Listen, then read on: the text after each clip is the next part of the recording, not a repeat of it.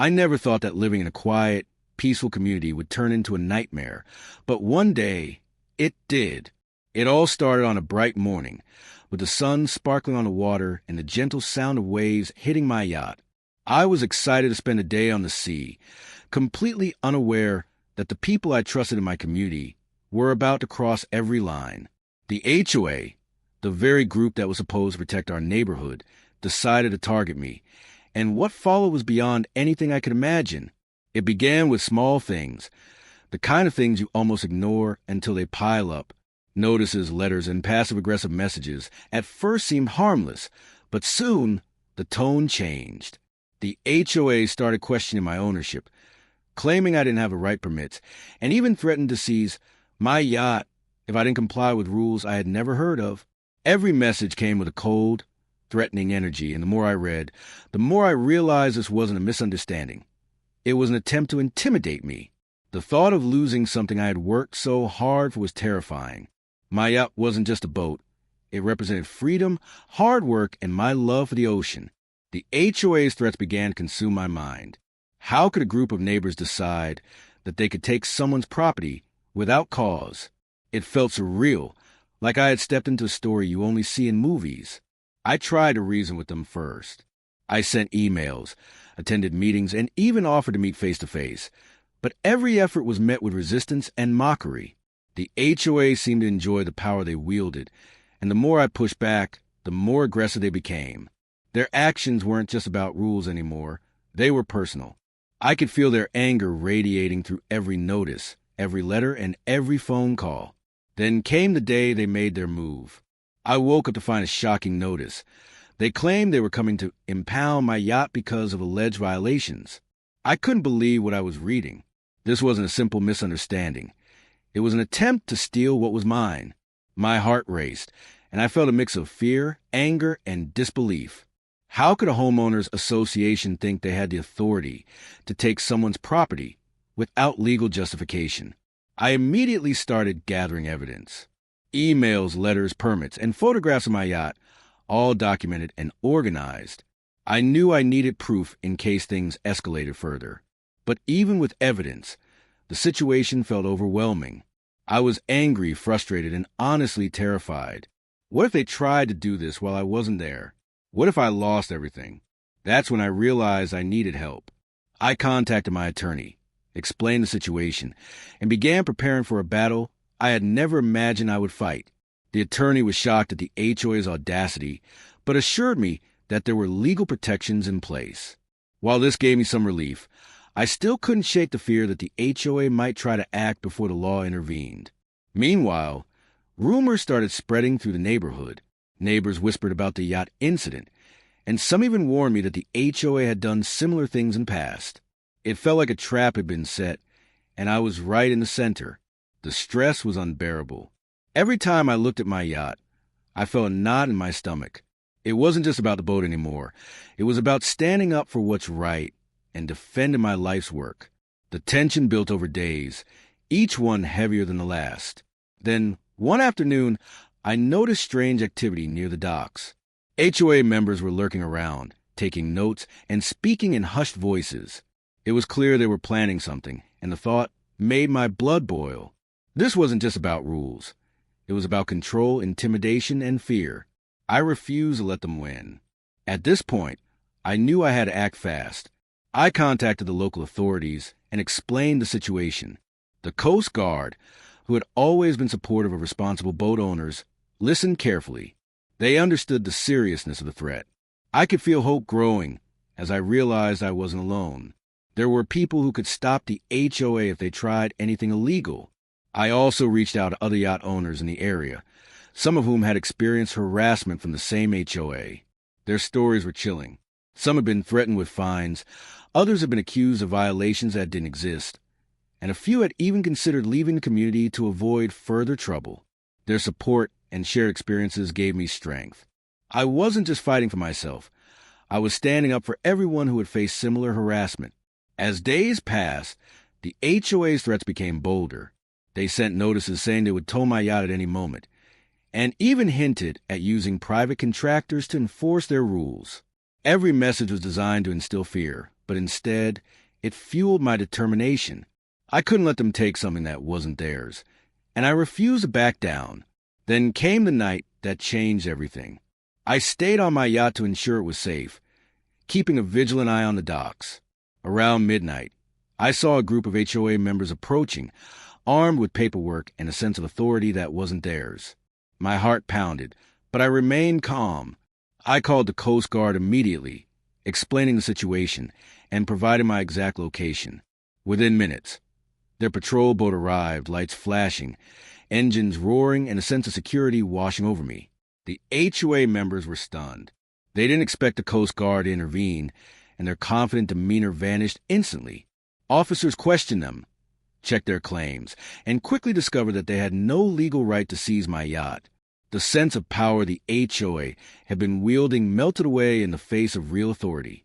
I watched, relieved and vindicated, as the Coast Guard ensured my yacht remained safe. The aftermath was intense.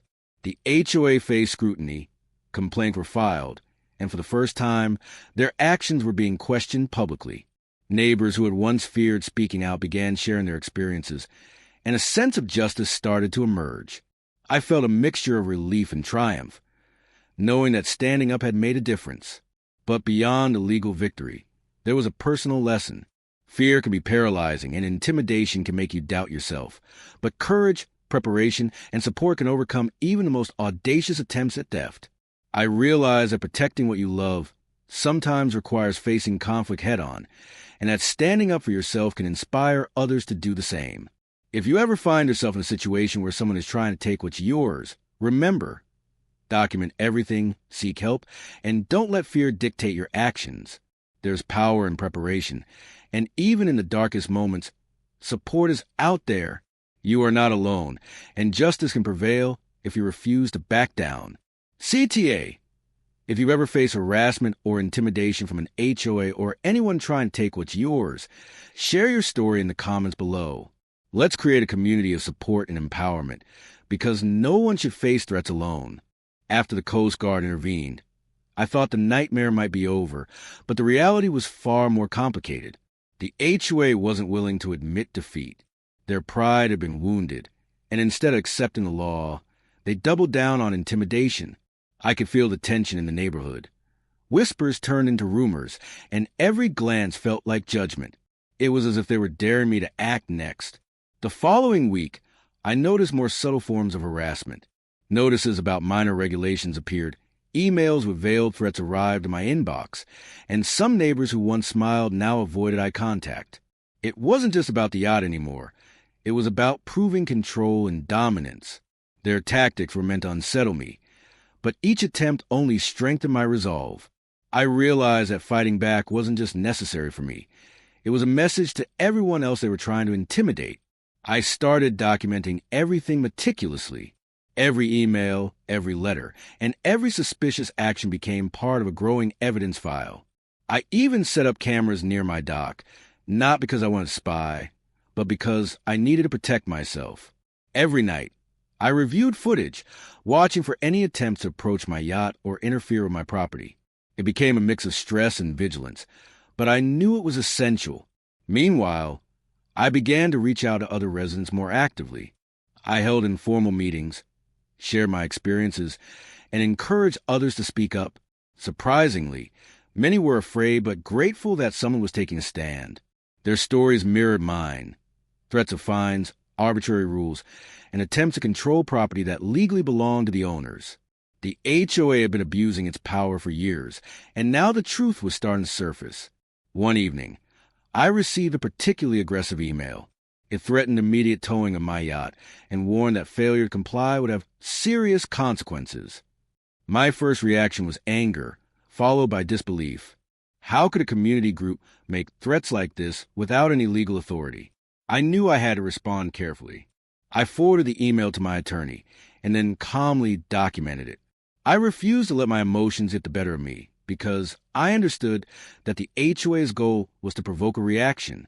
Days later, I noticed unusual activity near the docks again. A few HOA members were lingering, taking photos, and making notes. I immediately called the Coast Guard, explaining the situation. They reassured me that they would investigate and remain on standby if necessary. That reassurance was priceless.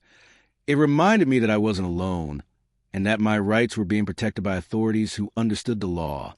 As the situation unfolded, I realized something crucial. The HOA's power was not absolute. Their influence depended on fear, secrecy, and compliance from the community. Once people started questioning them and documenting abuses, their authority began to crumble. I saw neighbors quietly sharing information, taking photos of questionable behavior, and asking for clarification on arbitrary rules. The environment shifted slowly from intimidation to accountability. Then came the moment that truly turned the tide. One morning, I received a message from the Coast Guard informing me that they had inspected the HOA's claims and found multiple violations in their own operations. Apparently, some of the tactics they had threatened me with were illegal, and the HOA itself had failed to comply with safety regulations regarding property enforcement. The irony was almost poetic. The very group that tried to intimidate me was now under investigation. This news gave me a mix of relief and vindication, but it also reminded me that battles like this are rarely simple. The HOA could still attempt to harass or delay me, and the stress was far from over. I continued documenting, communicated with authorities, and keeping my community informed. Every step I took was not just for myself, but to protect the rights of anyone else the HOA might target. Throughout this ordeal, I felt a whirlwind of emotions. Anger, frustration, fear, and anxiety were constant companions, but so were determination, courage, and hope. I learned that standing up for yourself is never easy, especially when the opposition has power and resources. Yet, courage doesn't mean absence of fear. It means taking action despite fear. Each time I faced the HOA's threats, I reminded myself that I wasn't alone, and that justice could prevail if I remained steadfast. As weeks turned into months, the HOA began to back down. Their threats became less frequent, their attempts at intimidation weaker.